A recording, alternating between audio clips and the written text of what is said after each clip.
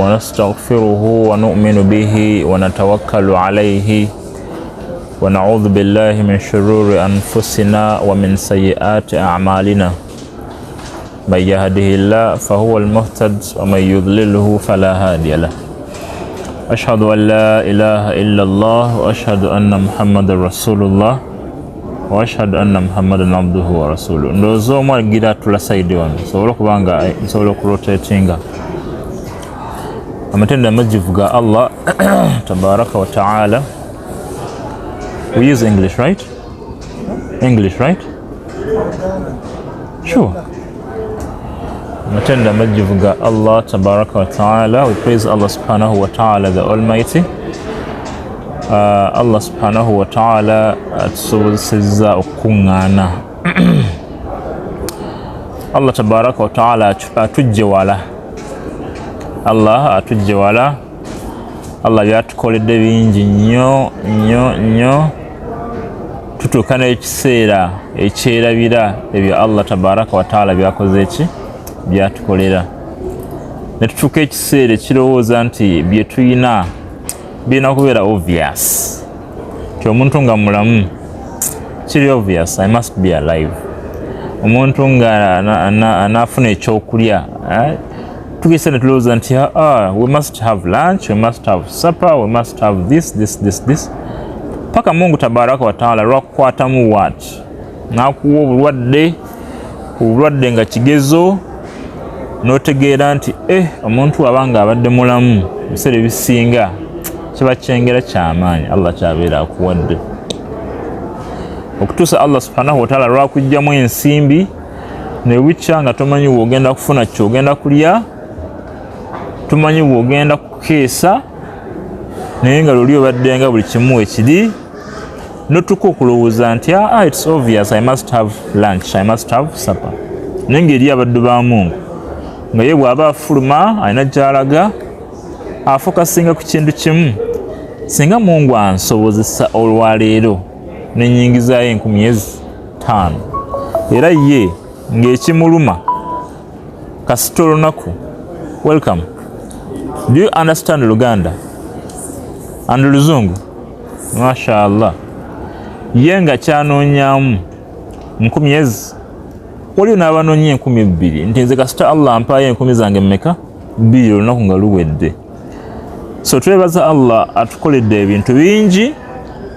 Allah atubeereddewo mu mbeera ez'enjawulo naye omukkiriza asaana agambe nga alhamdulillahi rabbil alamin. Allah wange mwebaza, Allah wange nga gwe weebaza kugamba you show some kind of gratitude to Allah tabaraka wa taala ku byankoledde. Do you understand Luganda as well, and English, So lwaki omukkiriza yenna asaana abeere nga yeebaza Allah? Tulina garanti nti wetunayebaza Allah tabaraka wa taala ajja twongera ebiki ebirungi. Wala in shakartum la azidannakum. Omuntu bagamba nti ayina yayongerwako, ayina yakola ki yayongerwako. Era n'omuntu nga waba akutte bwati ku ssente bwati kyewuunyisa nti the more the person accumulates money, the more they develop this burning desire to make more money. Eri abaagala okusoma, I don't know about you, naye wali abantu nga bo baagala okusoma nga ayina ka diploma, ayina ka bachelors, ayagala yongere ku ka masters, masters ayina nga 2, ayina nga masters 3.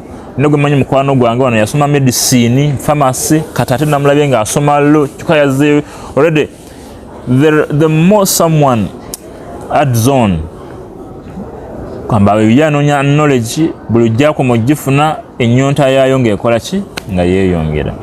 Era nawe obanga ebyengera Mungu akuwadde emyaka n'obuwangazi ogenda okulabanga ku myaka gy'olina olaba tegikola ki tegikumala. Olabanga emyaka gy'olina ko gikyali mito. N'ow'emyaka 9 tayagala kufa, n'ow'emyaka 2 alabanga tannaba kukola ki kuwangaala. The point is it should be an attitude, it should be a behavior, it should be a way of life of always thanking Allah tabaraka wa ta'ala. Alhamdulillah, nze Allah byampadde, alhamdulillah. Allah byatanaba kumpa insha Allah ajja kukola ki ajja kubimpa. I also pray for the Prophet Muhammad sallallahu alayhi wa sallam. Ja'ana bil huda. It was him that he struggled hard so that we are Muslims today. The Prophet Muhammad sallallahu alaihi wasallam. Him and his team fought hard that today Islam is in Uganda, we are Muslims because of their effort. So whenever his name is mentioned, sallallahu alaihi wasallam, that's the only thing you can do for him. Kumusabida. May Allah subhanahu wa ta'ala bestow upon him his peace, mercy and blessings. Today we are discussing something called al-Muhaasabah. But before we go into why we came here today, we want to engage one another and see. Every time ngana kubuza ekibuuzo buli mmoja kutuwa answer inshallah. It doesn't matter whether it's right or wrong. Buli omu era weetegeke. We are not very many. Buli imam, buli sheikh, buli omuntu ayimirira mimbari walinga agenda kuwa khutba. They normally say, Uswi nafsi wa iyyakum bitaqwallahi azza wa jalla. Literally meaning that I remind you, mbakubiriza okutya Allah nga nange sikoze eki yasereseeyo. Every time, actually it's part of the arkan al-khutbah, it's part of the pillars. Any person who is standing up there on a Friday like tomorrow must remind all believers to fear Allah tabarak wa ta'ala. Bannange mbakubiriza mutyani Allah. Kati ekibuuzo kiri nti, what is taqwa?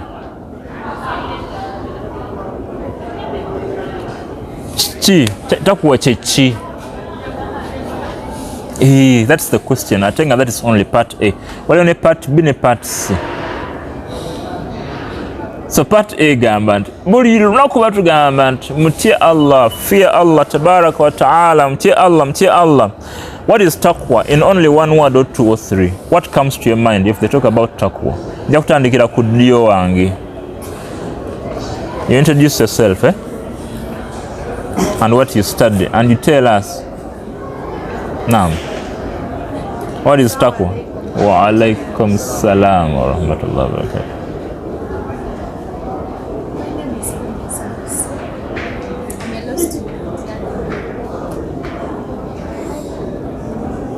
You don't know? Next person. Wa alaikum salam wa rahmatullah.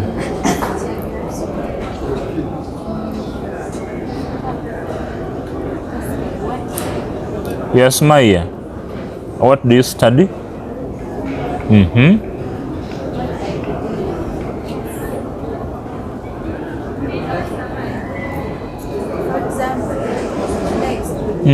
It's okay.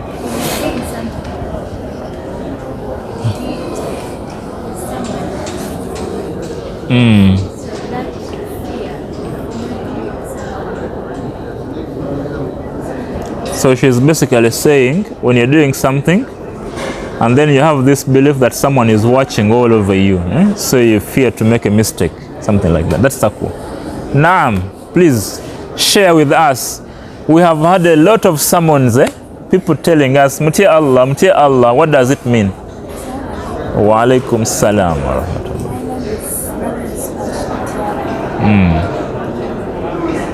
You're also low, right?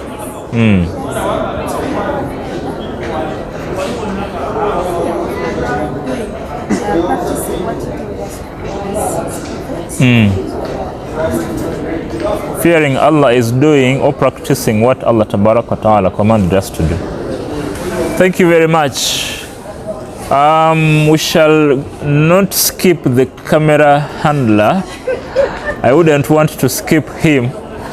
Let's hear from you in a word or two. What comes to your mind when we talk about taqwa, fearing Allah tabarak wa ta'ala? He wants to be the last one. Coming to introduce yourself again. Alaikum salam. Umar. Naam, what do you study? BBS.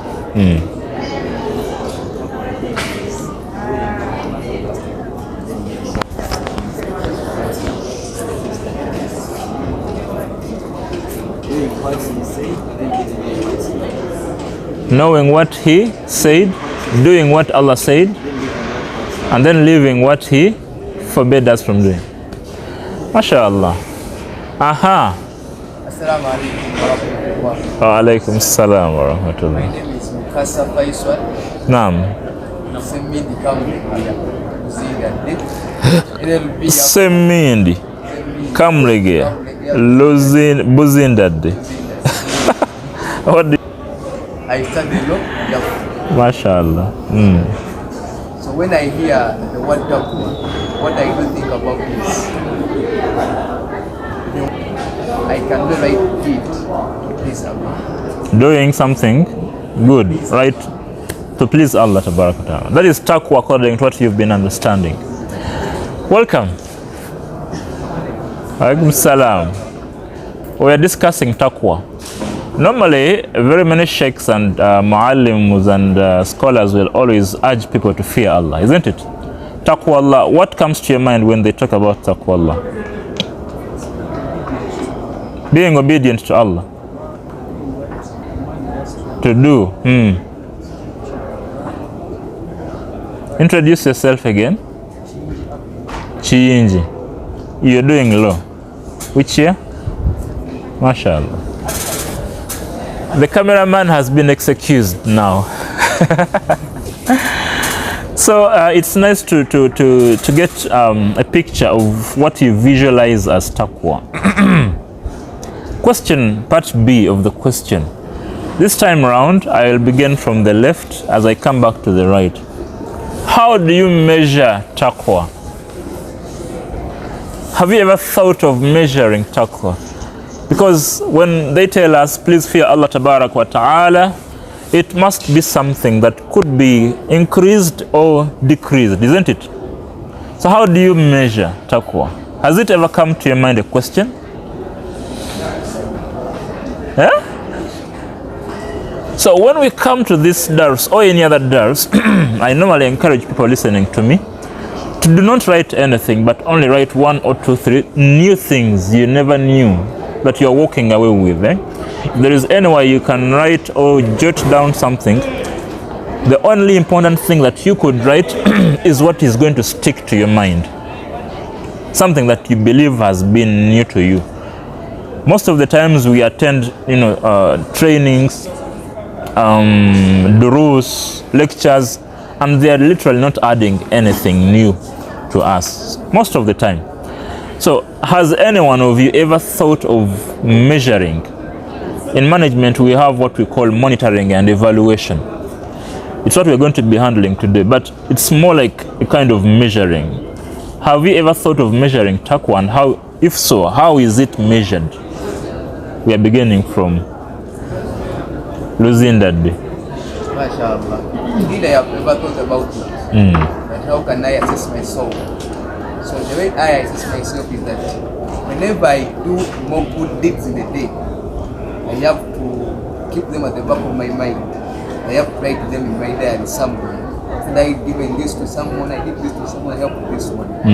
So maybe I had more taqwa the other day than today I did nothing. So you measure taqwa in terms of what you've been doing, the good deeds. How do you measure taqwa, Mr. Chinji?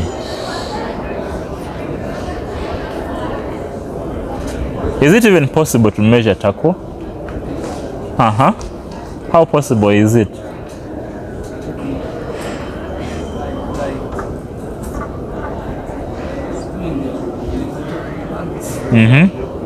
Doing the obligatory acts. The 5 daily prayers. That's one way of measuring, eh?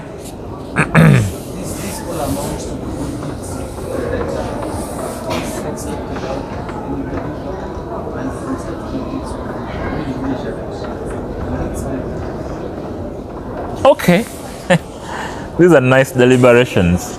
Back to you, Umar, right?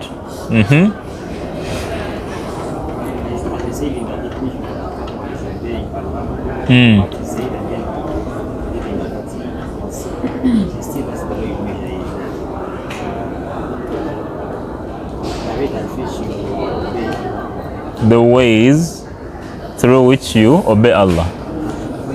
increase your obedience to Allah, that is okay. When you increase your obedience to Allah. So that So how do you measure the increase in obedience? increase in obedience. Thank you. Thank you. Back to you. Has it ever come to your mind, by the way? It's the first time it is coming, eh? That's nice. That's nice. I'm provoking you, I think I think there is no. I think it is there, but it depends on someone's heart. Because I can do sadaq, I do a lot of things, but then deep inside my heart, I'm doing because someone is seeing me. I'm praying because my friends are doing so. And you can find someone who is doing some bad things, but afterwards they go repent and they know their creator.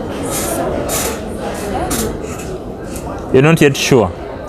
It's deep in the heart, not by actions only. You cannot. You're saying you can only measure taqwa inside someone's heart. Yes. It's not visible. It's just inside. It's invisible. I think so. Okay, that's according to what she thinks. Back to her. You're nodding the head strongly, as if you're planning on taking her answer. Yes.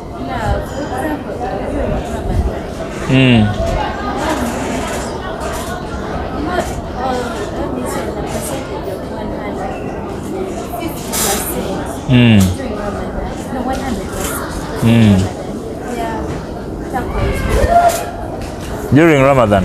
Yes.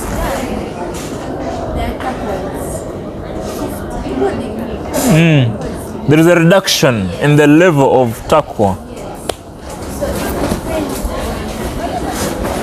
Situation. It depends on your heart, like she said. The urge of something. Maybe you want to do something, you want something something, maybe something bad as well. You're praying for it to go away.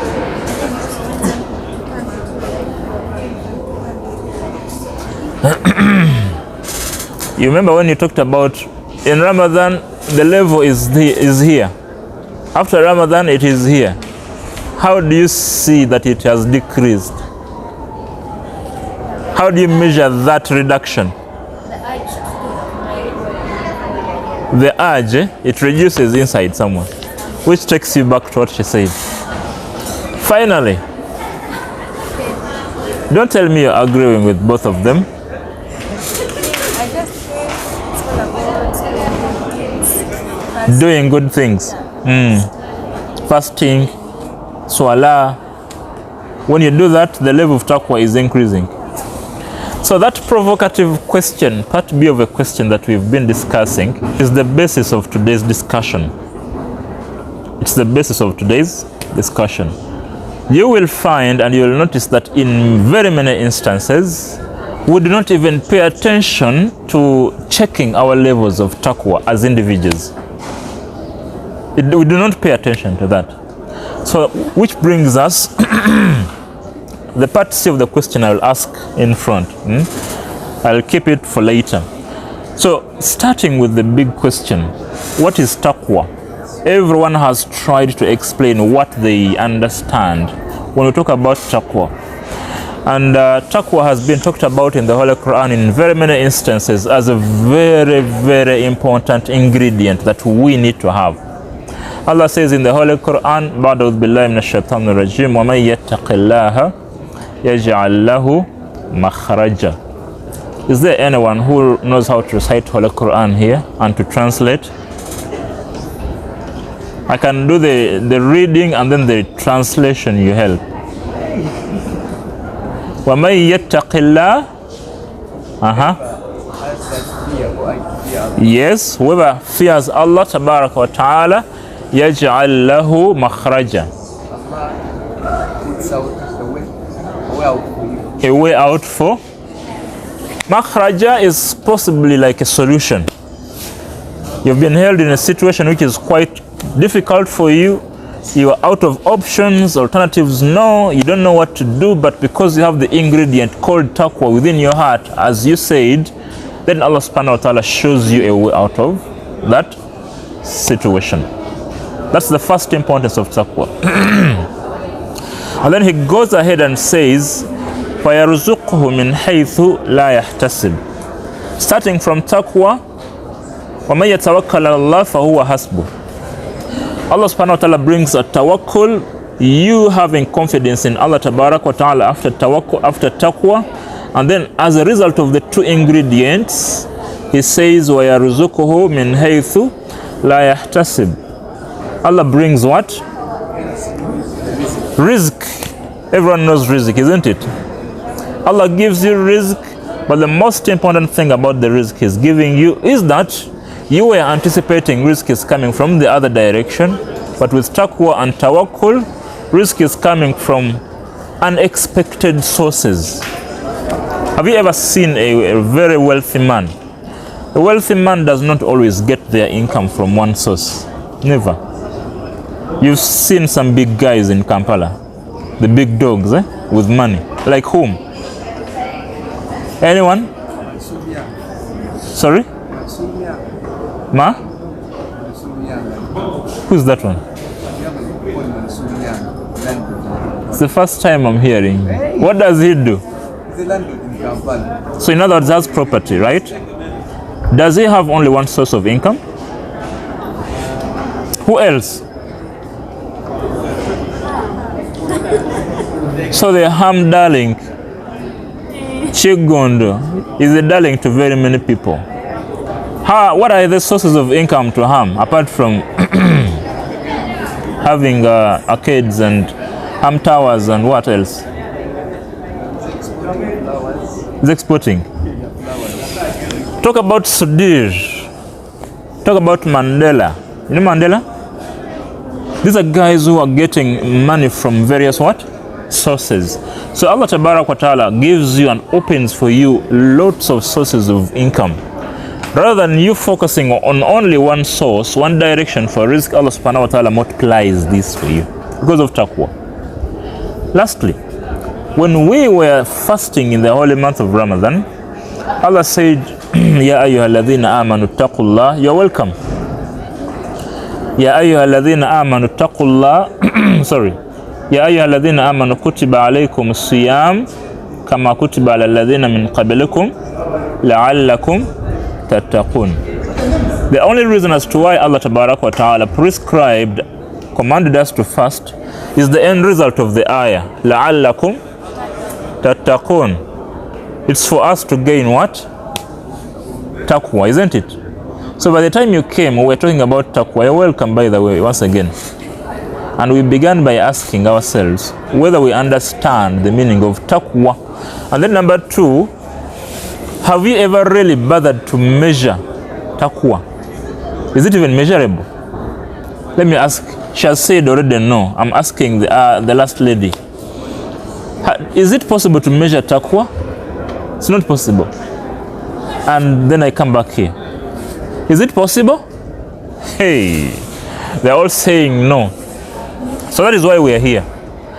To discover whether it is really possible to have this evaluation or not.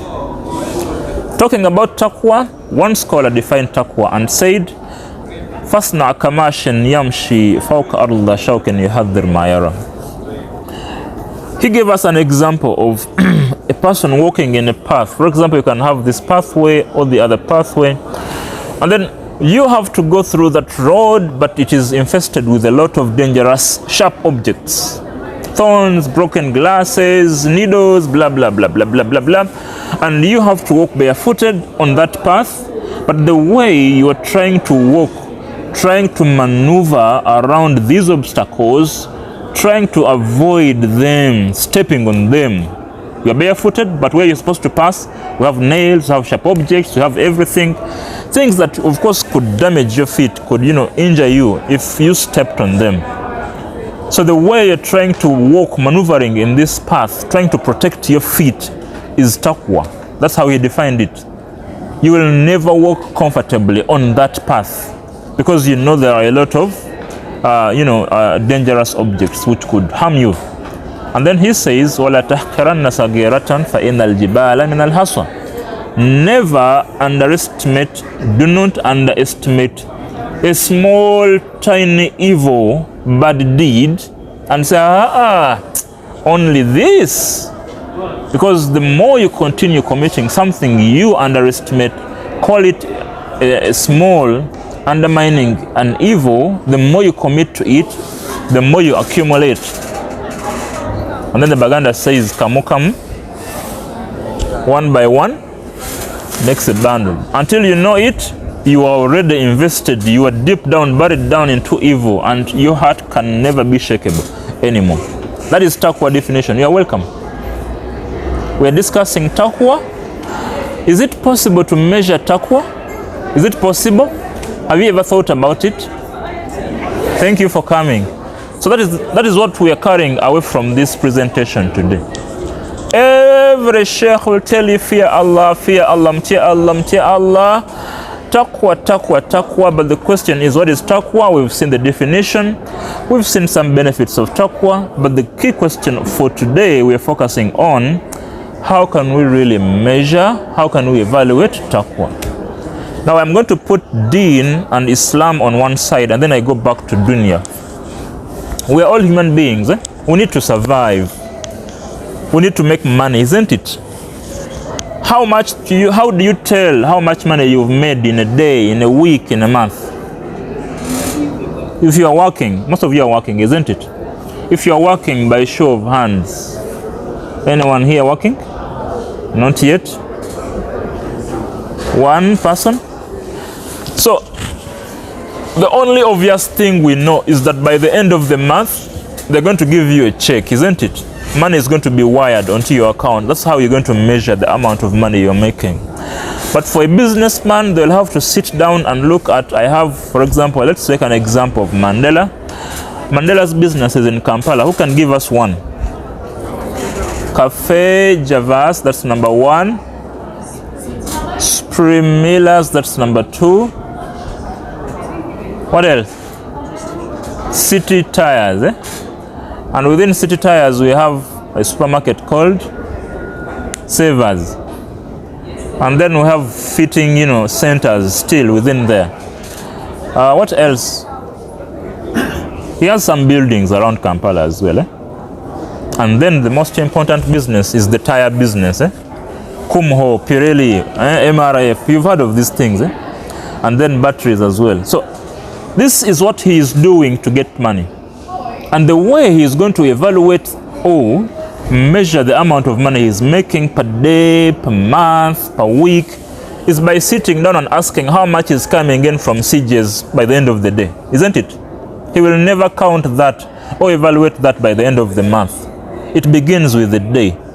Today we are beginning with zero balance, but how much is CJs making? And not only one CJ's branch, but all of the branches around. How much is City Tires bringing? How much is City Oil bringing today? How much have I made from Supreme whatever? How much am I making from ABCD? You understand? This is how they are measuring the amount of wealth they are accumulating. A friend of mine told me he had traveled to the Middle East, and then he spoke to one of the tycoons there. And then he was like, hello, you Sheikh, blah, blah, blah. How much money do you think you have currently? And then the big guy said, do you want to know an answer before you asked me or after you asked me? What does it mean? He is making money, not in days, not in weeks and months, but every second that passes, he's accumulating wealth. You understand? So the only way we need to find out our level of wealth is by checking on our sources of income. What are you worthy? I am worthy 1 million per month. You settle for that. And every time you're trying to have this 1M in your mind, that after the end of the month, I'm going to get 1M, that's how you're living your life. You don't have to count much. But for a person who is investing in 1, 2, 3, 4, 5 ventures, they have this obligation of trying to measure, to find out how much money they are making. Now that's money. Let's talk about education. How do you measure progression? How do you measure advancement in education? Of course, from all the levels we've gone through. Since kindergarten, primary, This is way of advancing, and every level you go through, there is an exam, right? There is a test. There is a coursework test somewhere. There is an examination somewhere. There has been a UNAB somewhere. There has been a UCE. There has been a USCE. There has been, what else? A pre-mock, even a mock. Every level is trying to measure your advancement in knowledge. And then this is going to translate into academic papers. You have the PLE certificate that shows that, okay, you can measure your level of knowledge. You have the UCE certificate, you have the USCE. Probably now you're going to get some of you have certificates already after senior 6, some of you have diplomas. Some of you are now working towards bachelor's degrees. After that, you'll go for master's degrees. After that, you'll go for PhDs. After that, you'll go for postdocs, and so on and so forth and so forth. These are now the levels whereby someone can sit and just count, their level of advancement in knowledge. But it all starts from some point. Someone asks, how well are you educated? And then you'll say, I have a bachelor's what? Degree. That's the first level of evaluation. We are in Dunia. We are not yet back to Deen. We are starting with Dunia. We've seen wealth. Now we're talking about education. If you ask the same question to someone who has not gone to school, they will always say, for me, I have never been to school. Oh, I dropped out in primary 1, primary 2, primary 3. You understand? That's how we measure. And then still, along the same way, people have dreams. Right? People have targets in Dunia. The same people that we are seeing today, we are studying with, people we are living with, people have different targets and goals they set. Someone might say, by the end of this year, I must be part of the people who are going to graduate. And it means they're going to invest a lot of effort in trying to make sure they achieve this milestone in their life by making sure that they do not get any retakes. Right? You've seen people who are saying that I am not allowing this year to go by unless I have a plot of land, unless I have bought a car, unless I have, there are very many things you've seen. Even you've made some resolutions, isn't it? Things that are going to be used by you to evaluate yourself. And by the way, as you evaluate yourself, you find this sense of comfort and satisfaction when you achieve what you've set yourself to achieve. But now I am done with the land. Now I am now setting a new target. I want to build a what? A house. So targets have been set. People are setting targets every now and then. I want to achieve this. I want to do this. But of course, there are people who are visionless. I don't know what about you, but there are people who do not have visions in their life. People who do not have targets, who are just living aimlessly. And that is not part of Islam. The Prophet ﷺ says, إِنَّمَا الْأَعْمَالِ بِالنِّيَّاتِ وَإِنَّمَا لِكُلِّ امْرِئٍ مَا نَوَى. Every deed, every action that you are supposed to come up with should start from the starting point. And the starting point is what we call an-niyya. What's the Luganda version of an-niyya? That's Arabic. What's an-niyya in Luganda? Kumalira. So when you talk about kumalira, English, it could mean intention, it could mean plan, it could mean a vision, it could mean, an objective, a goal. It all starts with what you are aiming to achieve. So everything that you want to achieve as an individual, we are talking about dunya, it means it must come from a concrete plan. You being here, it means you have planned to be here. So after you make a plan, it means you must follow the plan with reasonable outcomes, actions that can really be tangible. I want to accomplish, I want to get a degree, and it means you're going to be able to go through the phases. Year 1, year 2, year 3, and so on and so forth. Up to LDC, most of you are law students. So what is going to happen is, you're only going to get a reward of graduating. إِنَّمَا الْأَعْمَالِ بِالنِّيَّاتِ. You're only getting that reward because you set out yourself to go to achieve what you had planned. A person who has no plan, it means they're going to study, they're going to keep within campus, aimlessly. They do not even care whether they get retakes or not. And you'll find them having a backlog of retakes. Haven't you seen them? As you're trying to progress, you do not want to get any kasanja. For them, kasanja is the order of the semester. And they are not bothered. So there is a difference. When the Prophet ﷺ says, وَإِنَّمَا لِكُلِّ امْرِئٍ مَا نَوَى, everyone is getting a reward of what they have planned. Which means, if you have set out yourself on a journey to make money, you must get the money that you have planned to get. You've seen very live examples. If someone says, I want to marry, most of the times it is the guys who say, I want to marry, isn't it? Most of the times once the niyyah of the guy says, I want to marry, everything will be worked upon. Right? He will now start think about the budget.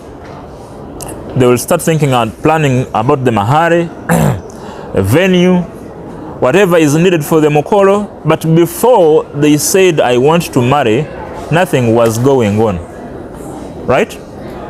And niyyah starts from there. By the time they say, I want to marry, it's not because they have accumulated 10 million for the function. Never have I seen it. But they start with a niyyah. The plan is, I want to marry. Regardless, come what may, I must go and marry someone's daughter. And from there, things will just start, coming into action. Your uncle says, I'm going to buy the mutwaro. Your papa buys the suits. They will tell you, your mahari is yours and your bride is for you to dress. Okay? And before you know it, in 1 month, 2 months, we are going for nikah, we are going for mikolo, we are going for mbaga. And it is out of the way. That is the same ideal situation we are trying to bring on the table.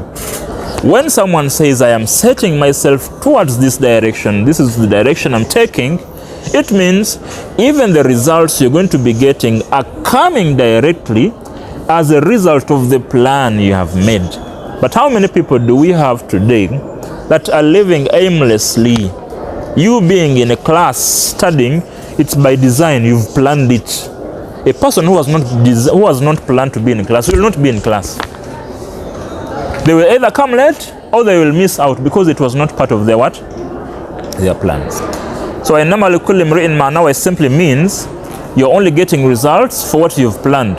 The Prophet gives us a very realistic example from that same scenario, from that same hadith. And he says, by the time when the companions were migrating from Mecca to Medina, there were 3 individuals. Some of them had the intention, the plan of migrating for the sake of Allah Tabarak wa Ta'ala. And then he says, وَمَنْ كَانَتْ هِجْرَتُهُ إِلَى اللَّهِ وَرَسُولِهِ فَهِجْرَتُهُ إِلَى اللَّهِ وَرَسُولِهِ. If you migrated, you are part of my Sahabas, and you are migrating for the sake of pleasing Allah and His Messenger, you are getting a reward, equating to what you planned out to do. And he said, some of you might have migrated because you hear that in Medina there are nice ladies, أو امرأة ينكحها. If someone of you migrated from Mecca to Medina with the hope of marrying some of the women in Medina, you will get the women. And of course they married them. Some people migrated because of money. He said, of course we need to migrate from Mecca to Medina. We hear there is nice business in what? In Medina.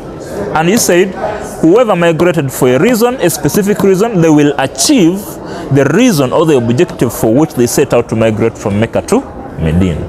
That's the live example. So you move from here, you go somewhere, you are bound to achieve whatever you've planned to achieve. Are we together?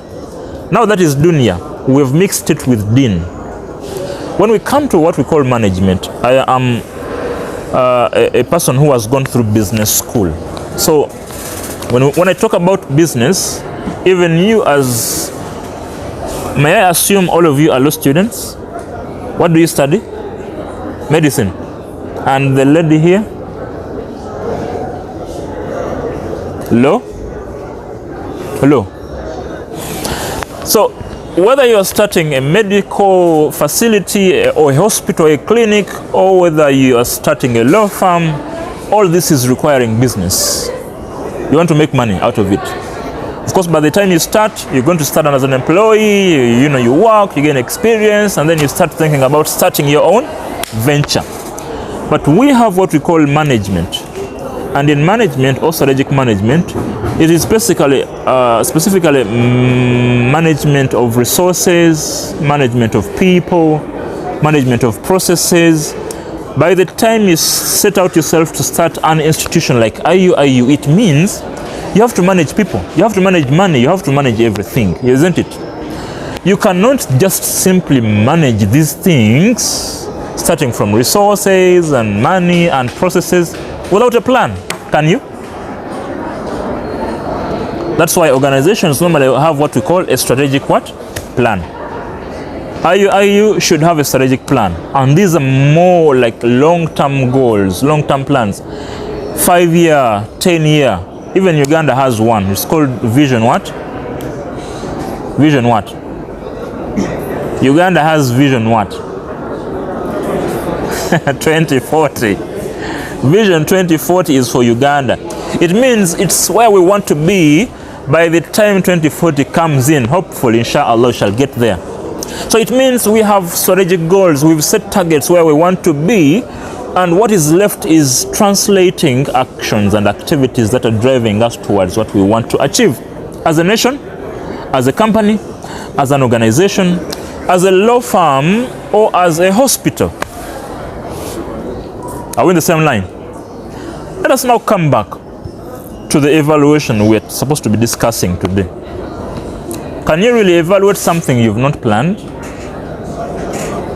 Can you? Let me ask another question.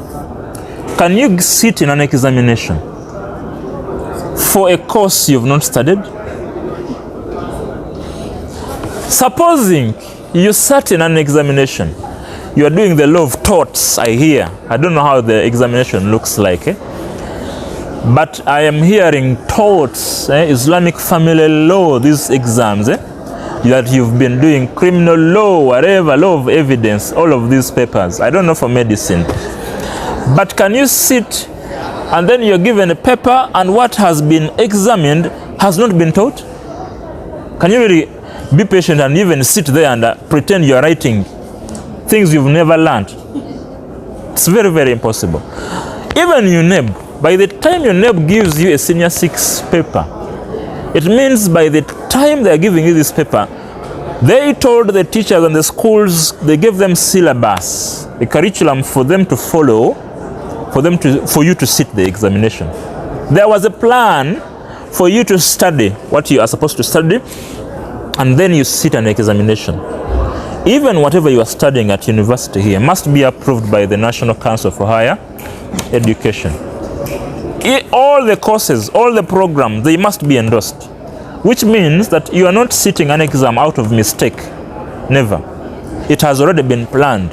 Of course, the university plans it, and then what happens? The National Council just endorses and says, okay, this is what you're going to be doing. So when you are sitting for your examinations, what is going to happen? You are expecting things you've been taught.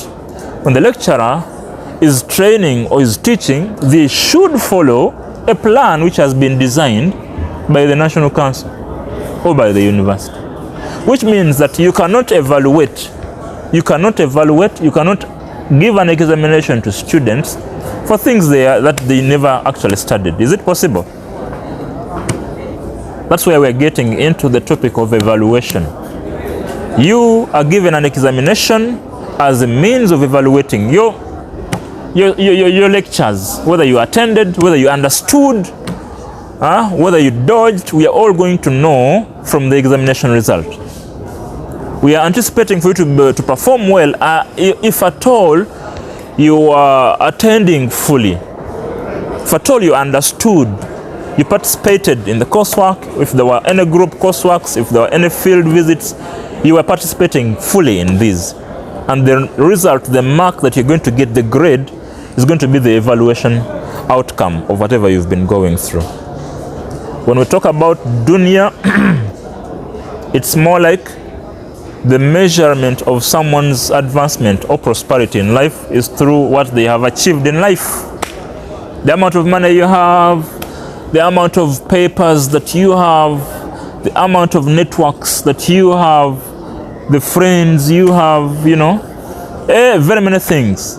That's how we measure advancement in dunya. But can we carry the concept of evaluation from dunya to Deen? Has anyone labored to exert the same thinking, the same application from dunya to Deen? Simple. You've heard of the word projects. Someone has a project, and the project is supposed to be for at least months, you know, a year, and after a project there's what we call a monitoring and evaluation report. For example, in this session, we might have someone writing a report out of this session. And normally when we also conduct trainings, we give students or trainees what we call evaluation reports or forms. They fill out. We ask them, what did you learn out of the training? What new knowledge did you acquire? What went well? What went wrong? What suggestions do you have? We're trying to evaluate to make our training better. Can we exert and import or export this same level of evaluation into our Deen? That's the question. When I was asking people whether and how they can measure taqwa, some of us who were not sure whether it's actually even possible. Do you think it's possible to measure taqwa? Is it? You think it's possible? How? How can taqwa be measured?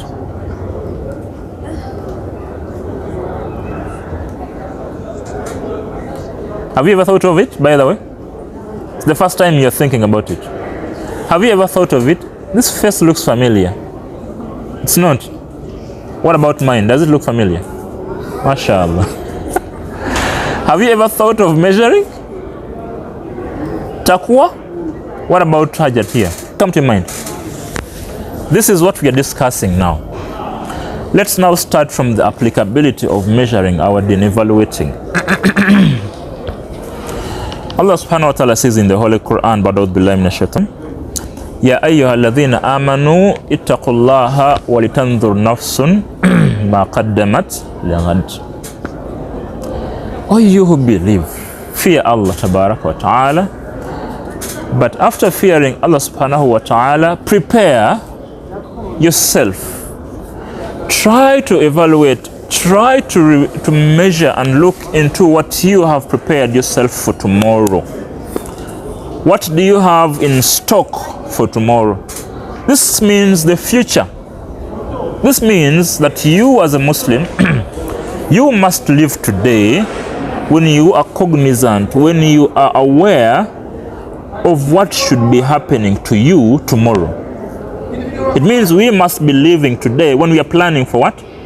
For tomorrow. Are we in the right direction? As a Muslim, we're not supposed to live and focus only on today. No. There is a tomorrow, and we are encouraged from this ayah that we're supposed to think of tomorrow. What have we prepared for tomorrow? In one hadith, the Prophet says, Man istawa yawmahu fahuwa madhbun. You have 2 days, yesterday and today, but if you ever notice that yesterday is the same as today in terms of your actions and results, it means you are at a total loss. I'm saying it again.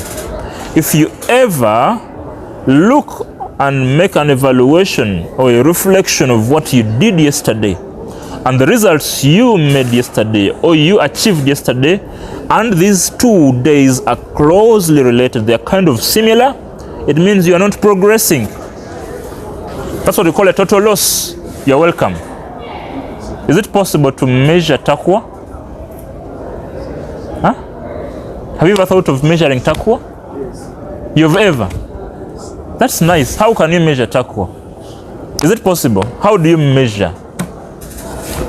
Through my actions. Through your? I don't hear the word. Actions. Okay, thank you. He says it's possible to measure taqwa through actions. So we are trying to carry the same picture of evaluation, monitoring and evaluation from dunya to Deen. So the thing is, Allah Tabarak wa Ta'ala wants us to live today, but when we are aware that tomorrow we must have something in stock. In another ayah, say, Allah subhanahu wa ta'ala says, وَتَزَوَّدُوا فَإِنَّ خَيْرَ الزَّادِ التَّقْوَى. Prepare yourselves. If you are, for example, setting yourself, you're moving on a journey, you're embarking on a journey, you're preparing, you're getting luggages, bags, and so on and so forth. You're trying to prepare yourself, for that journey. But he says, Allah, when you are preparing yourself, the best mode of preparation is taqwa. And it's what we're trying to talk about today. Fear Allah Tabarak wa Ta'ala, and after fearing Allah Tabarak wa Ta'ala, try to ask yourself, what have I prepared for tomorrow? Of course, you can ask yourself this question in terms of dunya, okay? You can also ask yourself in terms of akhirah. What am I preparing? What am I taking? What am I having in stock in my baggage before I meet Allah Tabaraka wa Ta'ala? Every day, people are dying. True or false? How special are we that we are not yet there? Do we have any special engagements and arrangements with Allah Tabaraka wa Ta'ala to keep us available until we graduate? Have we made any special arrangements? Do we have any special people? Have we taken any bribes to Allah subhanahu wa ta'ala to leave us around for the next 90 years? So it means we are embarking on a journey which is kind of stimulating us for us to continue thinking about our preparation to Allah subhanahu wa ta'ala.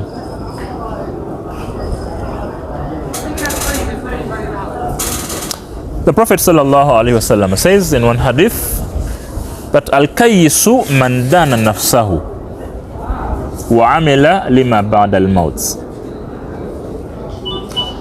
Do you know why people fear death? Do you know why people fear death? People fear to die. Why? What are some of the fears that we have against death? Yes.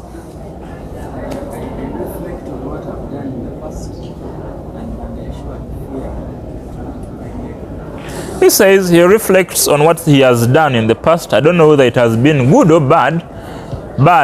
The mistakes he has committed. Everyone makes mistakes, isn't it? So by the time you think about what you've done and what you've committed, you feel it's not the right moment to meet Allah, isn't it? And that is one of the biggest threats that the religion of Islam has over very many other religions. It's more like it is encouraging, Islam is encouraging you to always think about the day you're going to meet Allah Tabarak wa Ta'ala. It means you must be prepared. It's not easy for someone to scare you with death because you're always thinking about it, contemplating, reflecting, and asking yourself the big question. What if Allah Tabarak wa Ta'ala takes me today? What if today is my last day? What if tonight is my last night? How am I going to meet my Allah Tabarak wa Ta'ala? So, the Prophet says, Al-kayyisu man dana nafsahu wa amila lima ba'da al-maut. The wise person is one who evaluates themselves. You evaluate yourself and then you prepare for what is going to happen tomorrow. How do you get to tomorrow? You start by revising history. There is a saying that says history repeats itself, isn't it?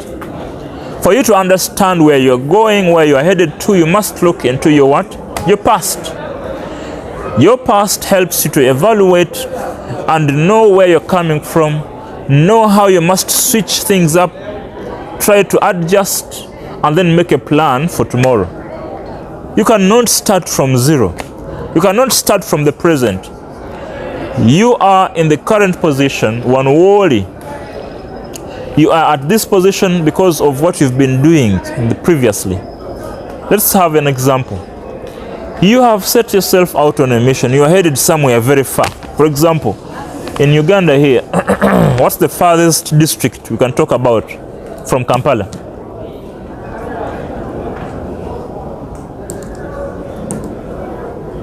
Very many kilometers away from Kampala. Which district is that?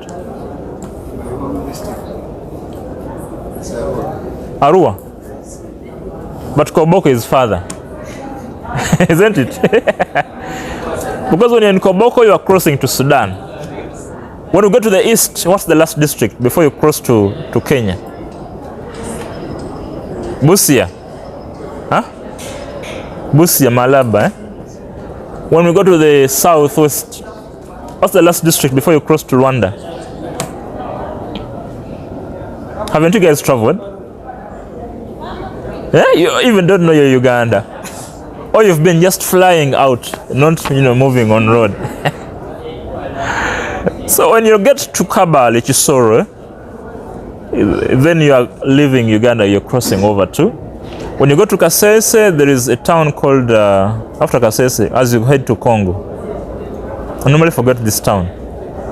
From Kasese, there is Bwera. When you reach Bwera, it means you are entering what? Congo. So let's say everyone is setting out, heading somewhere very far. But as you say goodbye, I'm leaving, I'm going to Chisoro or to Koboko, everyone knows you're headed for a very long journey. But when you start moving, you start walking sluggishly.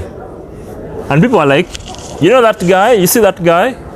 The way he's moving, he's heading to Chisoro, but the way he's walking, they are going to arrive in how many days? It's going to take a lot of time for them to arrive to their final destination. Some of us act like the same. By the time you start moving like step by step. You are headed somewhere very far, but you are taking one step at a time. Some of us will know the length of the safari, and then they will decide to get a bike. And then they say, no, I'd rather take a what? A bike. Others will take an Okada. You know Okada, eh? Do you know Okada? Boda boda? Some people will take a boda boda. They'll say, no, for us we want to go faster. Others will take a special car, taxi hire, a bus. And what do they want in common? All of them want to get to the final what? But what is the difference? The difference is in the method. Some people know how fast they need to get to their final destination. And some other people are just joking around. No problem, we shall get there, no worries. And before they are there, they are dying. They get an accident along the way, and then they are kaput. So the method you are using, the mode of transport you are using to get to your final destination is what we need to reflect upon and we adopt. Everyone wants to to board an airplane when you're going, abroad, because it's quick. Isn't it? That's the quickest way of getting to another country. You're welcome. That's the quickest way of getting to very far distances. So someone takes an airplane, but if you also want, you can take a bus. But of course it means more days, more time, more energy on the way. When we come back here to the hadith of the Prophet sallallahu alaihi wasallam, it says, "Al-kayyisu man dana nafsahu wa amila lima ba'da al-maut."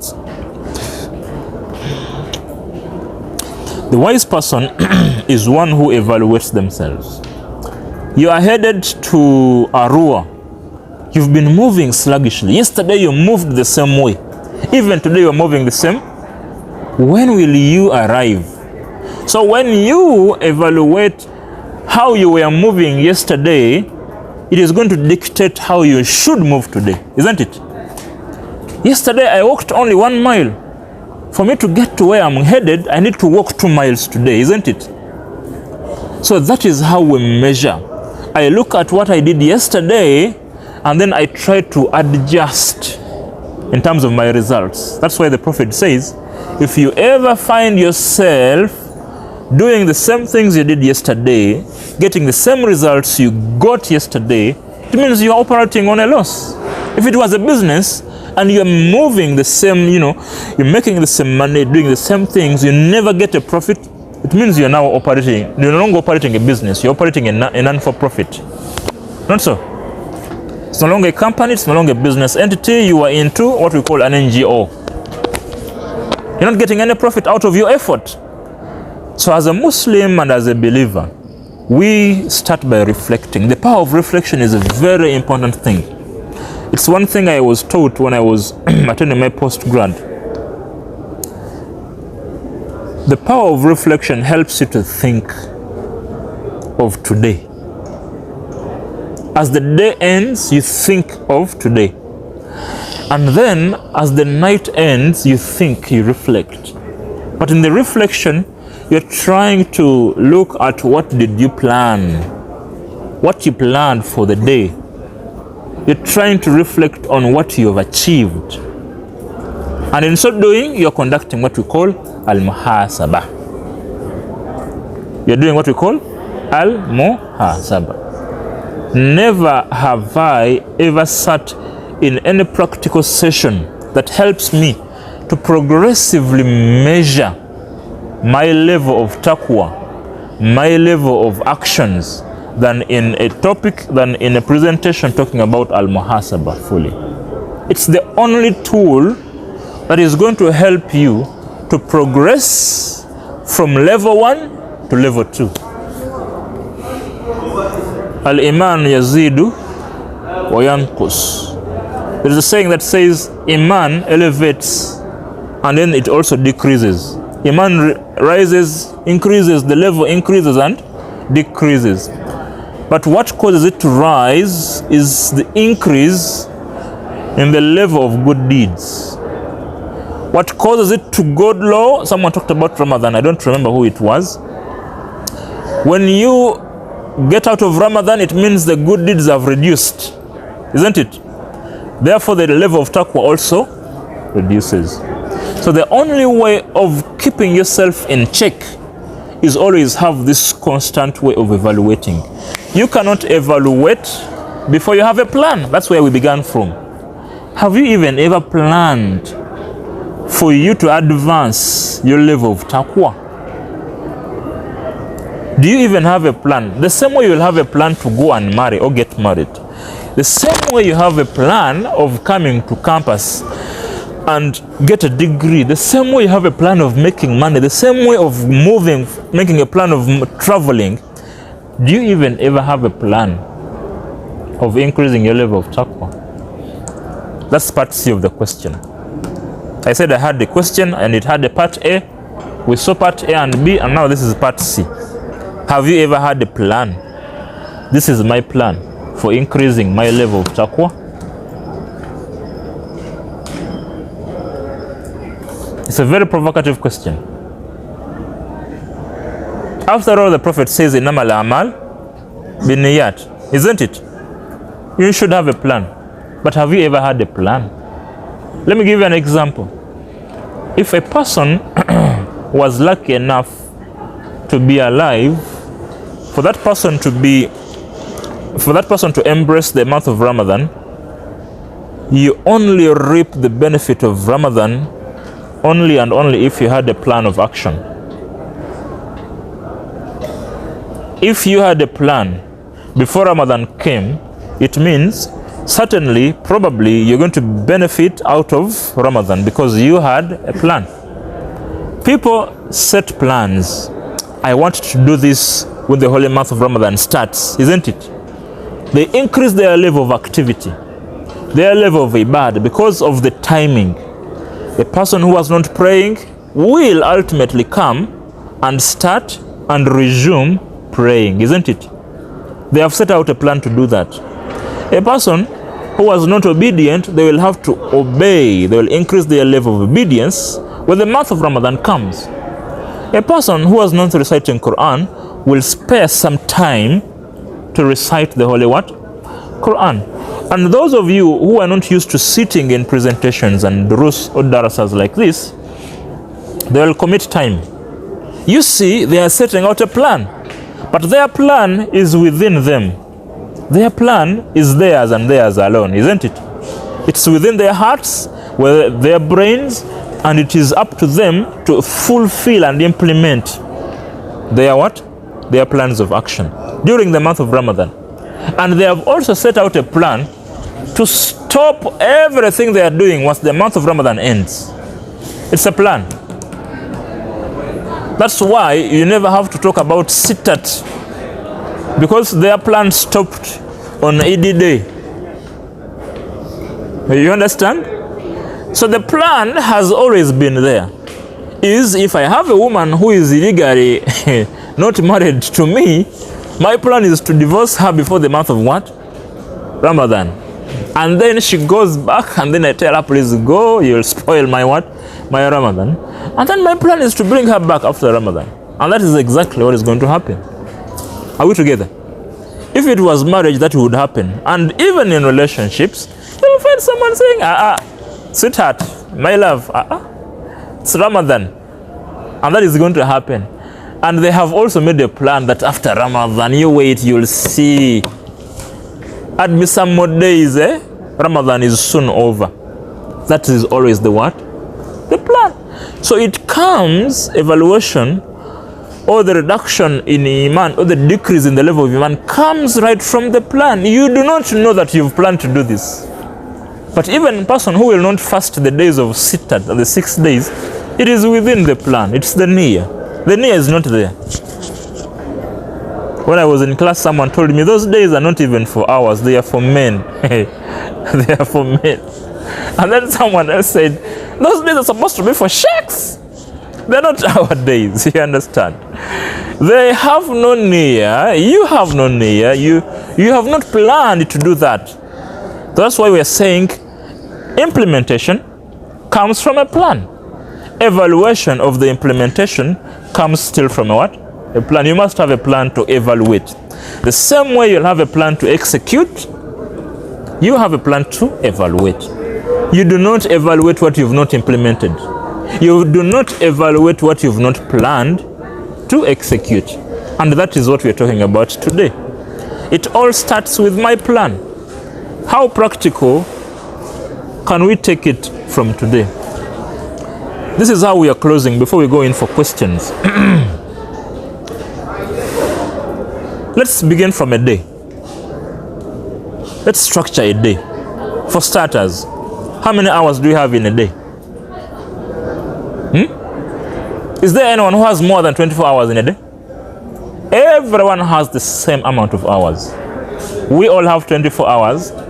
But the difference is in the way, the methods. We all have the same direction. We are headed to Kabali. We are headed to Mombasa. It's the same distance. The kilometers are not any more than that, right? But what is going to create a difference is in the methods, the way, the mode of transport. How fast do we want to get to our final what? Destination. So if you give that a thought, it means the way you're going to structure your day will be quite unique. Very unique. The same way you're using this 24 hours is the same way another person who's using the same 24 hours. But the difference is one is a loser and one is an achiever. You understand? One is going to fail. But you're all sitting in the same class, same lecture room, same hours, same teacher. But what's the difference? Is in the way you've planned, in the way you're executing. That's the difference. Now, we have a day, we have 24 hours. And the day starts, and you allow yourself to start without a plan of the day. Because you have normal routines, and the normal routines are killing you. Normal routines are very normal, by the way. For those people who are working, we have 8 hours. Either it is 8 to 4 or 9 to 5. You're employed, that's what you want to do, right? You graduate to get employed, and then you have this time. Every morning, traffic jam, flow into the Kampala city, isn't it? People are coming to work. Every evening, traffic jam out of the what? There is this time that is there for you to go and make a living. That is understandable. You must go, look out for risk. The amount of hours you're spending, paid time 8 hours, 9 hours, 10 hours, bonus time, overtime, so on and so forth. So it means for the 24 hours you have as a person who is working, some of you are not working, I know, you now have 8 to 10 hours off of the table. You're remaining with 14 what? Hours. When it comes to campus, how many hours do you study? A day. For the evening guys. 4 hours. Right? 4 hours, eh? Sometimes it's 5 hours, sometimes it's 6 hours, but normally it is 4 what? 4 hours. It means on your schedule, 4 hours are off for class, right? So if you are working, you have 8 hours of work. If you're coming here, you have 4 hours of what? Of class. That is 12 hours gone. It means you're left with another 12 what? Hours. But you also have hours of sleep. The difference is in how many hours do you want to sleep. Let me ask a question. How many hours would you like to sleep? I'm going to start from you. Be very open and honest. How many hours would you like to sleep on a very good night's sleep? 10 hours and above. You see? 8. 8.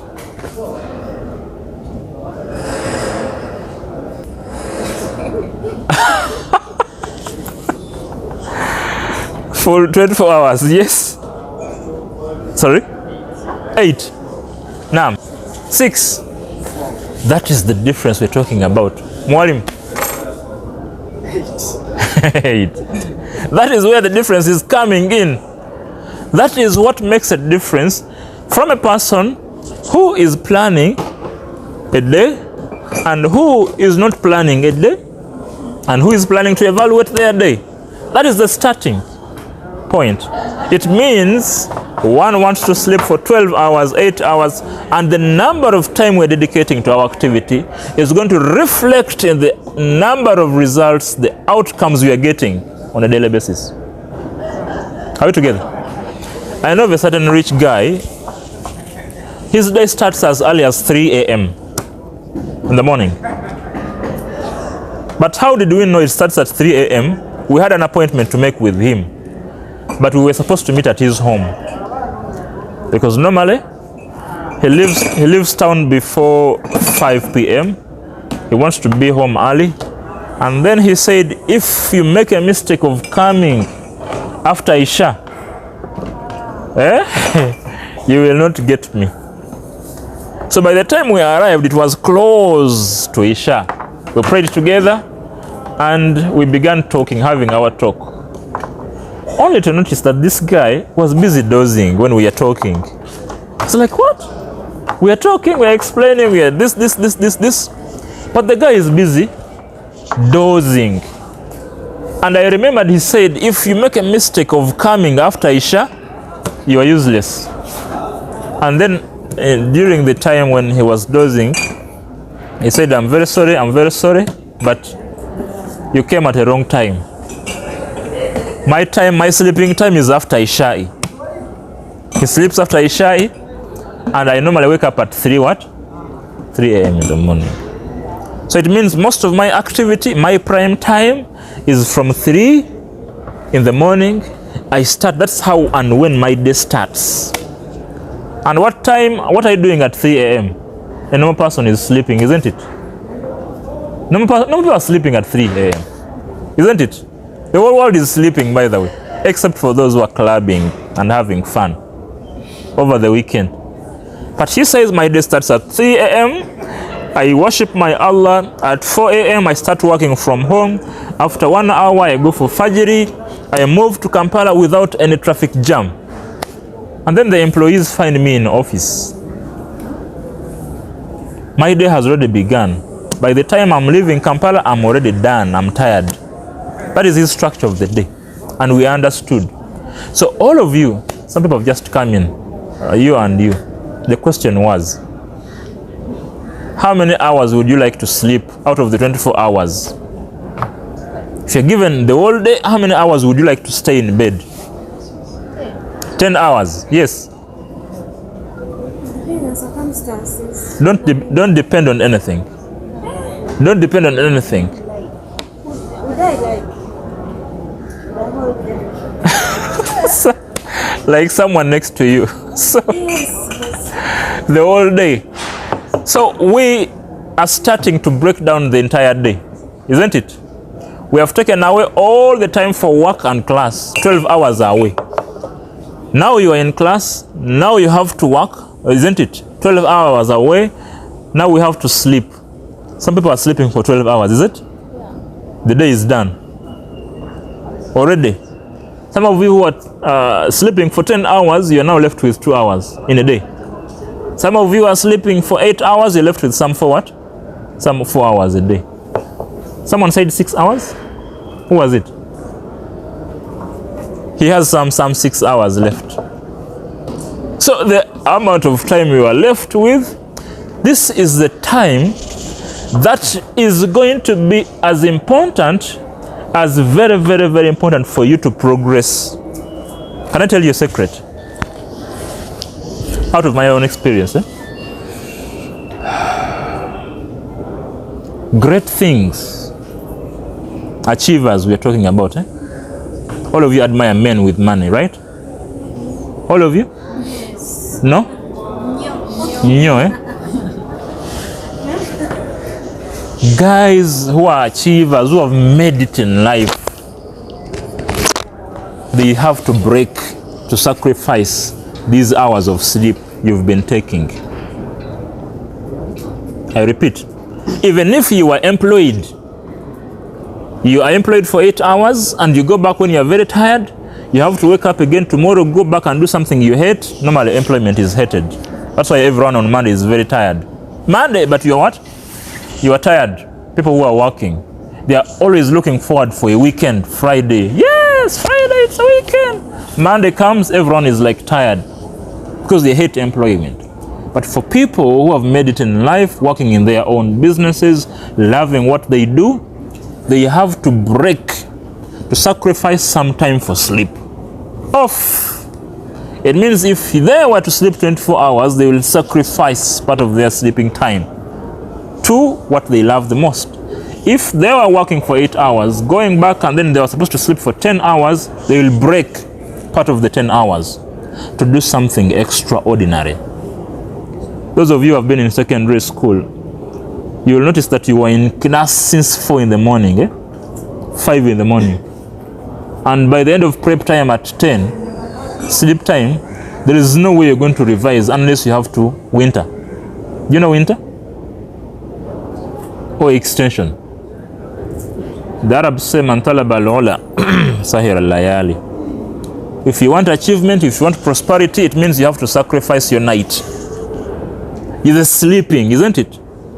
So what is going to happen? For you to progress from one point to another, we are all headed to Kabale, but the speed, the methods with which we are taking to get to our final destination is the difference now. One who is sleeping the whole day is the one who is walking sluggishly. They're all going to Kabale. There is someone who is sleeping for 20 hours, 10 hours, 12 hours. Whether you are sleeping for whichever hours, it means this is the mode of transport you are taking. And someone who is committing to sleep for only 5 or 6 or 7 hours, it means they are sacrificing their time to get fast to that destination. And what is going to happen when they get to that destination? Everyone is going to be admiring them. That's why everyone wants to be popular. You want to be seen with the guys who are famous, people who have made it in life. If someone comes and shakes a hand with you, or you want to take a selfie with a celebrity, and these guys have committed themselves to doing things that are outstanding, sacrificing their time. How practically can we measure our taqwa? How can we measure our level of taqwa? That is, by the way, that is the starting point. How am I managing my time is the first thing. How am I managing my what? My time. Simple. The only way it seems chai is taking people's attention. Has everyone got chai? And then chapati? Yes, they are going to get. The only way of evaluating your day is starting from the time. The only reason as to why you can wake up and close a day without reciting Quran is because of time. True or false? You think you're very busy, but there's a person who will not sleep until they have read the Holy Quran. To make matters worse, these guys are more advanced, they are more prosperous, they are more successful than we are. True or false? They are very busy. And we have the time. The only time I remember I had some good free time was when I was at campus. We had the time. I don't know whether you guys have the time. We had the time. A lot of time. So the only reason as to why you're going to miss out on Jama is because of time management. And as a believer, as a Muslim, when you fail to manage your own time, don't talk about taqwa and increasing your level of taqwa. Because everything should be planned, well planned, time managed very well. So if you manage, you block your time, that's the first step. If you're a late comer, you are used to coming to attending functions very late, you do not care. Have you ever seen a person who is late and they are not sorry for being late? They don't give a damn. They're like, someone is late and they're like, sorry, I'm late. And then they'll just sit bland and comfortable. And then there is a kind of people who will be like, they are really, what's the word?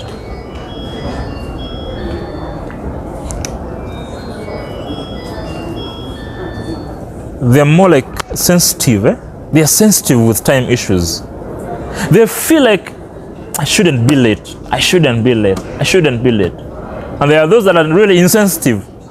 Whether they are the last people, it doesn't matter to them. So time management is the first thing. For you to manage your other issues of dunya very well, it means you're going to create time for akhirah. If dunya time is not well managed, it means you're going to end up committing most of your time for dunya.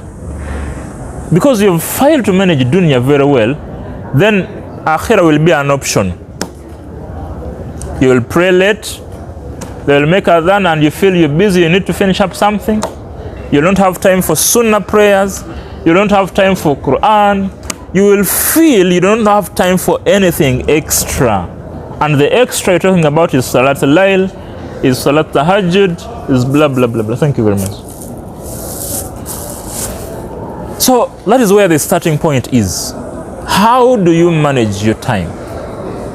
The last point is, as we go for questions, is how do you fit your schedule? How do you plot it? I know of individuals who, if they do not manage to recite Quran before Fajr time, they will not recite it for that day. They have conditioned themselves in a way that they will always wake up 1 hour, 2 hours before Fajr. They will have to stand up 1 witr prayer or tahajjud. They will read their 1 juzu before the day starts, because they are very well sure with the traffic jam in Kampala, if I do not leave my home by 6 in the morning, I'm going to be late. For those guys who have cars, if they do not leave by 6, it means they're going to be late. Most of the guys you see in traffic jam at 10, at 8, at 9, these are guys who are already bosses. They do not have the time issue of getting to their places of work. They have young men and women who are supposed to open the shops. They are paid, so they just go out around midday. Every person, if you see a person driving around the streets of Kampala in traffic jam, 9, 10, these guys are not employed. If they are employed, they are on a journey, they are going somewhere, they have been sent by their bosses. Or they are going for a training somewhere, or they are... But if you are employed and you're supposed to be at the workplace by 8, it means you're not supposed to be on the road at that time, right? You must be at your workplace. Some other people, of course, are part-timers, and very many other things. What's the point? The point is, if you do not create time for activities in Deen, then it's not possible for you to commit yourself to this. You see this time here you've created for today? It takes a lot of discipline, number 1. It takes a lot of courage, number 2. And above all, the plan we talked about. If you have not planned to be here, and you're here by a bandwagon, better start planning. Because, because you might miss out on the reward of planning for being in this dars. If you were just passing around and then probably my voice was very, very nice and you're like, who is that one talking? And then you came by, and then you're missing out on the reward for real. So what is happening is, number one, you have the time, you have the hours. How is your day structured? Number two, what are you going to do in order to sacrifice time for Deen? Dunia has taken us. Everyone is busy with Dunia, not so? We are working, that is very reasonable. We need to get money. We are employed, we are in school, yes. But there is this extra time we need to allocate to our Allah. Because we are going to end up dying tomorrow with our money, with our degrees. Even PhDs are dying today. You are just lucky Corona left you around. But you are headed, and the very most important journey is death. Preparation for death, that's all. So if you don't manage your time well, it means you're not giving enough time. Have some hours in your daily schedule for Allah. Put time aside for, this is my time for my Allah, this is where my tahajjud time is, this is my Quran time. And let people know, if you're living within a group of people, let them know that if it is this time, this guy, this madam is doing this. I know of people, after this time, it's coming to 6:20, 6:30. You will never get them. They are busy in adhkar up to Maghrib time. There are certain people, after Fajr, they will not leave the mosque until it is Duha time. They only leave after their Salatul Duha. And they have maintained that for the past 20, 30, 50 years. It's all about discipline. Finally, if I have my day, get a list. We're talking about practical things, things you've planned. We're starting at the daily level. Get your core activities you want to commit yourself to. Number one, I have my 5 daily prayers. That's of course off the table. It's obligatory. We're talking about a person who is praying them already. But what are you adding extra? I want to add on the 12 rakas, which is sunnah. I want to make sure that today, by the end of the day, I have prayed 12 sunnah prayers. 12 rakas. Salatul Duha, number 2. Quran, number 3. What else? Sadaqah, number 4. What else?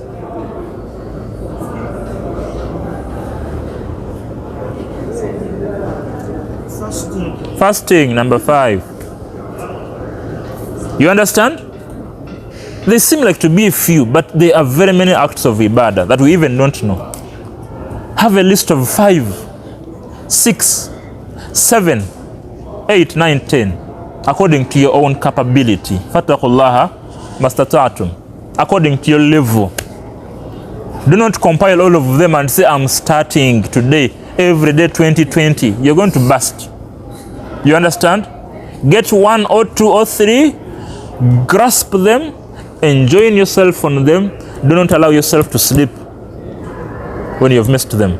So the real evaluation is when I'm lying on my bed, asking myself before I even sleep, before I read my final dua, Bismika Allahumma amutu. What does amutu mean? I'm going to die. Wa ahya. So before you surrender yourself to Allah to die on your deathbed, you ask yourself, I had a plan of 5 acts. How many have I managed to fulfill? The people who are here today, we started by asking whether it is possible to evaluate our taqwa. This is the answer now. I only evaluate what I have planned. Our acts of ibadah that we set out to do in a particular day. I have 5, mashallah. Before I sleep, how many have I managed to commit, to perform before I sleep? If you come to realize that out of the 5 we have 3, that's a situation. You can even look for the reasons that have caused you to miss out on the other 2. And then you set out a target that tomorrow I must make sure that I make 4 or 5. That is what we say. That's what we mean when we say If your yesterday is the same as today, then you are in a total loss. You must be always out on the look. Where am I reducing? And then you gap. As we do this for the good acts, we should also do the same on the evil acts, the mistakes we commit on a daily basis. Balil insanu ala nafsihi basir. Everyone knows themselves more and better than anyone else. Look in yourself, look in your soul, and ask yourself, what are my weaknesses? My first weakness is money. I am not trustworthy, I'm not honest, I'm good at not keeping time.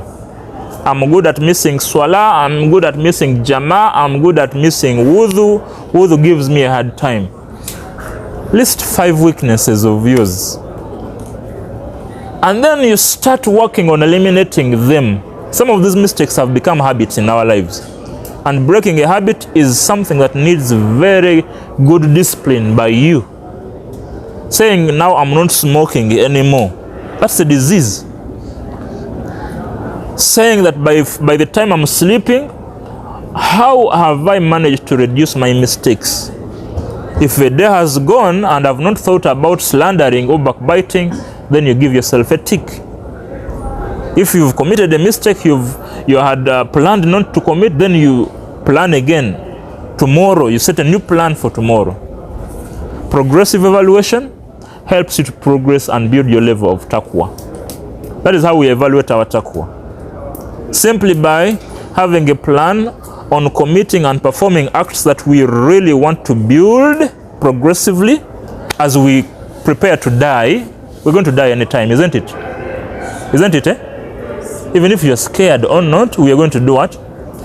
This is the important preparation we need to make. And then as regards evil and mistakes, we also have a deliberate effort of reducing our mistakes. By the time we die, by the time I die, I have been on a journey of pleasing Allah by returning to Him, reducing my mistakes, my evil, but also increasing my activity towards Allah. That's how we conduct Muhaasabah. Thank you very much for listening. It is now time for questions and answers, comments, supplements, additions, and subtraction.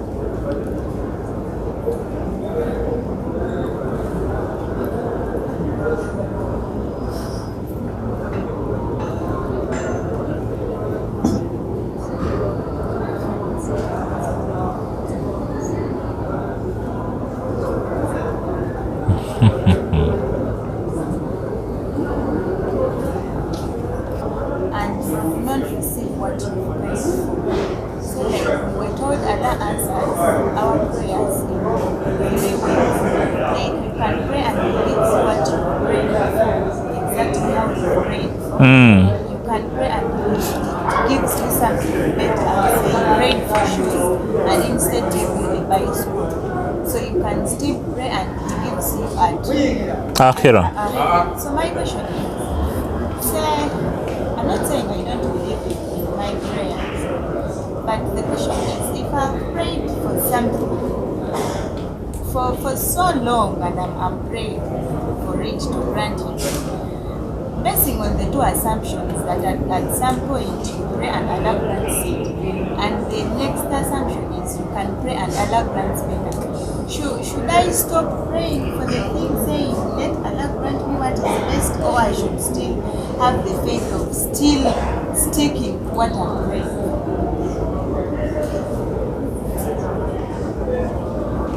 Wow. Have you got the question, I think the question is more about a dua. Let me ask a question. Do we get what we want in life? Sometimes. Not almost, not always, Huh?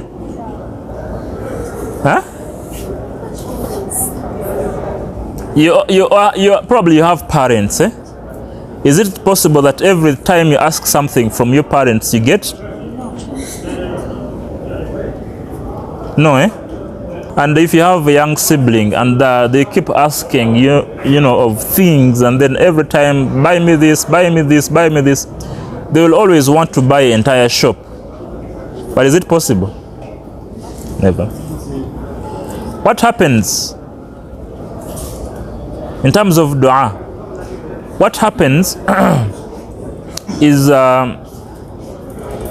what we call the belief and the trust that Allah Tabarak wa Ta'ala will give you what you're asking for. Is losing the hope. That is what happens most. Have you ever seen someone fighting and struggling so hard? Let me give you a live example. There was a man, he had a piece of land. This piece of land, it was rumored that there was gold in this piece of what? Piece of land. And he was mining and mining. Every day, he had people who were helping him to mine. And by the time he spent in this mine, he never even got a single penny, a single deposit of gold. But on the day, he stopped and he said, there is nothing here. Very frustrated, disappointed, he sold the land to someone at a very, very cheap price. It was like, take that land, it's worthless, nothing. Kumbe where he had stopped, if he had come back the following day for the gold, he would have benefited the most out of the land. And the guy who bought cheaply, they only just had to dig and mine for only one day, and they landed on the gold. The guys had been asking for mining for a number of weeks and months and years. What do we get from this story? Persistence and consistency. It's number one. It means we have set out a plan. We need to get something. We have a target we are aiming. We want things in life. At this moment, at this level, there are certain things you're asking of Allah. They are very common. Everyone wants money. You want to graduate. After that, you need wives. You need husbands. Very common things. Eh? From there, you need land. From there, you need houses. You need farms and businesses. Very, very common things. But Allah Tabarak wa Ta'ala also wants to test your level of iman, belief, tawakkul. Can you really entrust Allah or so bimukwasa instead of bikwasa chagulani? So bikwasa Allah. You understand? That is what Allah Subhanahu wa Ta'ala is wanting in us. And the more you are praying, you've explained the other bit of giving. Allah may give you now, may give you later, may give you, on akhirah, may give you something, substitute in what you're asking for. But there is always that what? Consistency. And the beauty about it is like this. The more someone prays, Allah Tabarak wa Ta'ala is keeping whatever we are asking on the final day.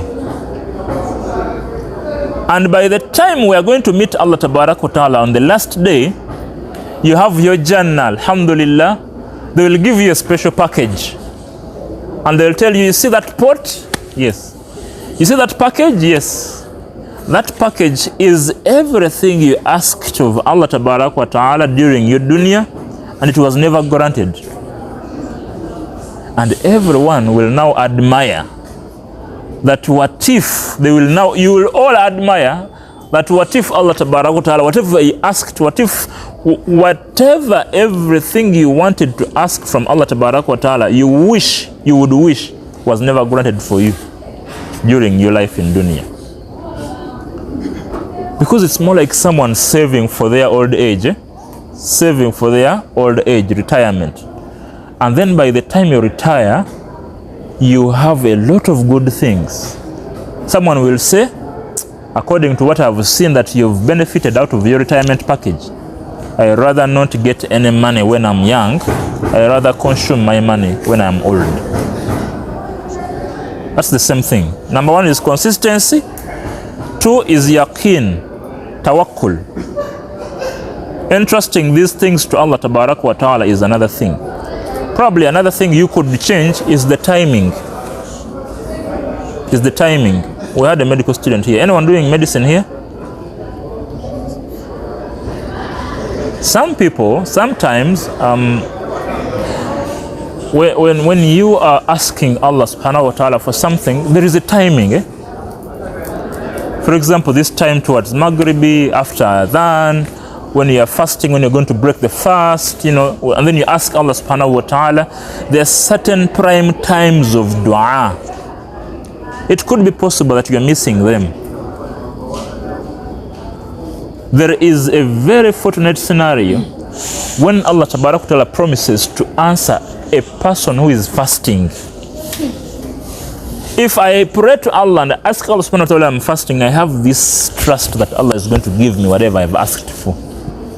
And whatever is not coming, I always have this belief that it is on its way, it is coming anytime. I know of a friend of mine, he gathered his wife and children every day at this time during Ramadan. He made sure he was always home by 6. And 30 minutes before iftar, they would come together with the wife, husband, and children. And they put up her arms and ask Allah subhanahu wa ta'ala, could invite us, we would see, and then he could tell the wife, you are the one to pray for us in a language you understand, and we want to hear what you are asking Allah subhanahu wa ta'ala. Firstborn, pray. Secondborn, pray. Everyone would pray. By the time they make adhan, everyone has prayed to Allah subhanahu wa ta'ala. And then after Ramadan, 1 week later, he says, do you know what? Allah has given me 90% of what I've been asking for in Ramadan. Allah has answered my prayers. That's what he told me. But during Ramadan, he had he said, I must pray to Allah every time. It was the prime time of Ramadan. He was fasting. The wife was fasting and some children. And they could conduct their home dua. Not this dua of inviting people to come. Just personal home dua, family issues. They ask Allah subhanahu wa ta'ala, they pray in Arabic, they pray in Luganda, they pray in whatever language. And he says, for whatever I have asked from Allah during the month of Ramadan, in this prime time, Allah has already given me 90%. The rest of the 10%, I know is coming, but he has showed me that he has listened to my what? Utilize the timing. Get ample timing, pray to Allah subhanahu wa ta'ala, be mukwasa, and be consistent. Sometimes, Allah says, as I conclude with this question, Asa an tuhibbu shay'an wa huwa sharrun lakum. It's possible that you can be asking Allah subhanahu wa ta'ala something, and He knows if you get it, it won't be good for you. Wa asa an takrahu shay'an. And you might also ask Allah subhanahu wa ta'ala not to cause something to you, but in actual sense, it might be good for you. Allah subhanahu wa ta'ala might take you through an experience that is preparing you for good things, but you must go through turmoil. You must go through disaster. And you think Allah has neglected you, but He's preparing you for good things and better things. Have I answered you? Somehow. No, it says. Allahu A'lam. Any other question? Naam.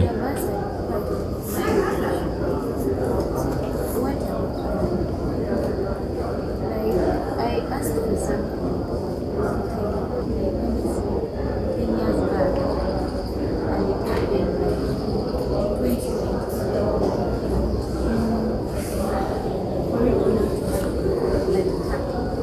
never assumed that it would happen. I never thought of it that it would happen, but I just prayed.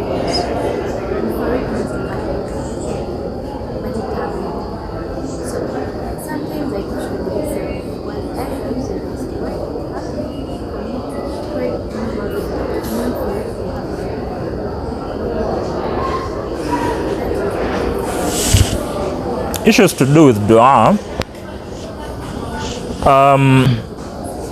A dua is a formula. But before the formula, there is always what we call al-qadar. Qadar. Do you know qadar? Things have been planned.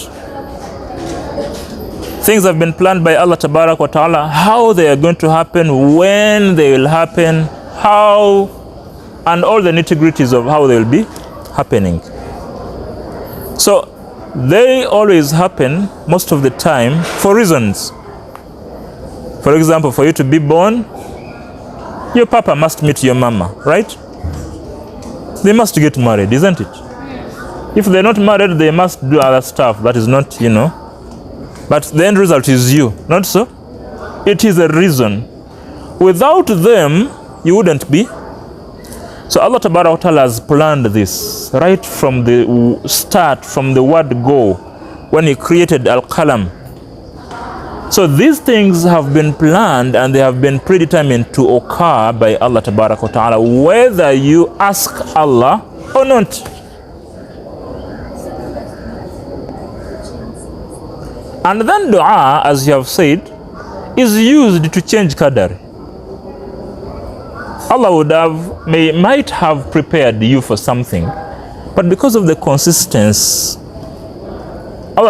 you have prayed Allah, you're asking something from Allah subhanahu wa ta'ala, but because of the consistency, He had prepared you for an accident by a boda, and then He averts it out of what you're asking. You're asking something else, and then Allah subhanahu wa ta'ala gives you a protection from something bad you never knew would happen. He reverses it. And then you ask Allah subhanahu wa ta'ala something, and then He gives you the opposite.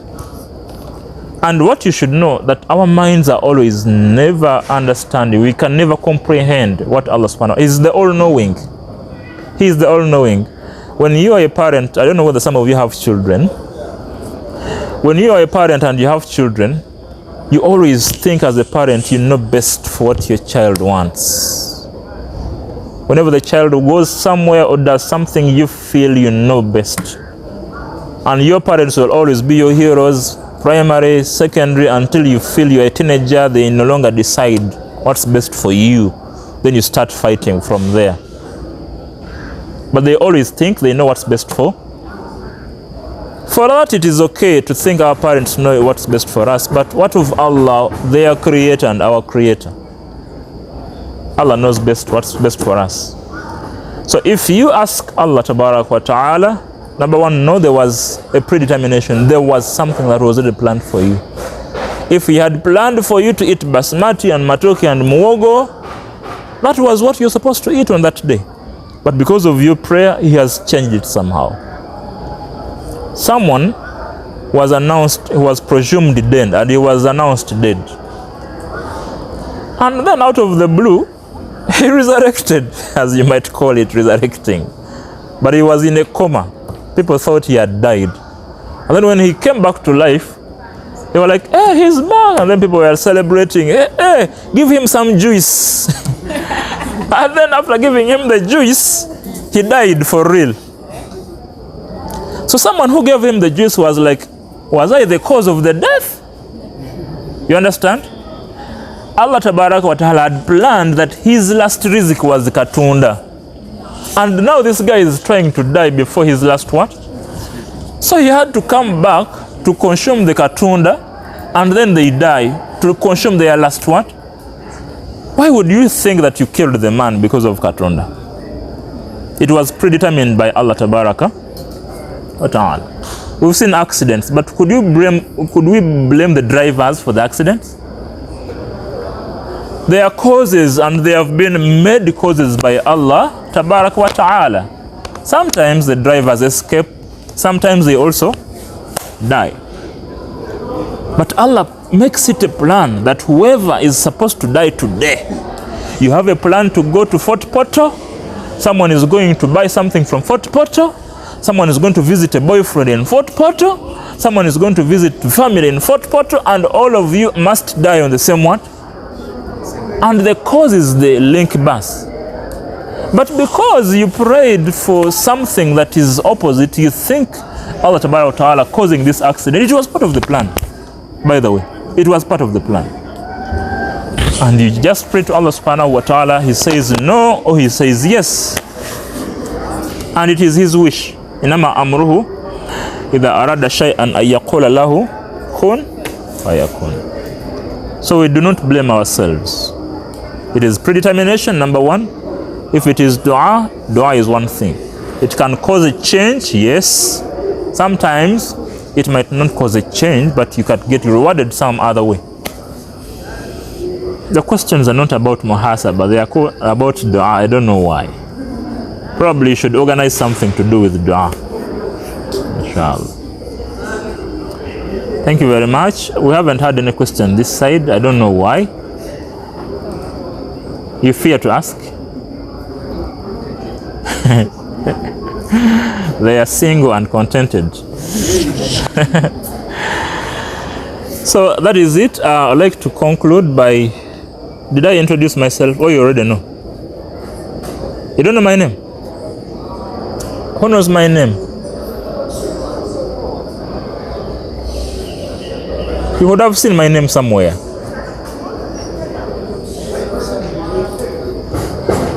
My name is Ashiraf Migadde. Some of you have seen me around campus, right? Or you have not? Never. It's the first time, eh?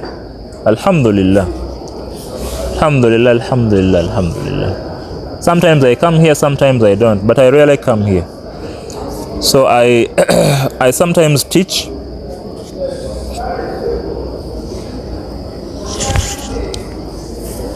In the Faculty of Management. Outside here, I do food systems consulting in Kigali.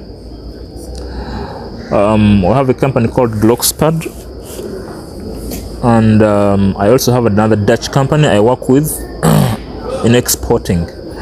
It makes livestock products. So my training is basically in business and agriculture. I do consulting in agriculture, and then I also do practice. I'm the country manager of the Dutch company that you don't know the name. It's called the Shippers Group. It's based in Holland, but it's trying to establish in Uganda. Sometimes I come to teach, and then I go out and I do that for a living. The company in Kigali is my own, plus team of experts. We began it, and it started in Kigali, and it's going to be rolling across East Africa sometime. So we shall be happy to work with you after you graduate. Inshallah ta'ala. My training, I trained from Bilal. Anyone who knows Bilal? A school called Bilal. Very long time ago, 2006. That's when I left Bilal.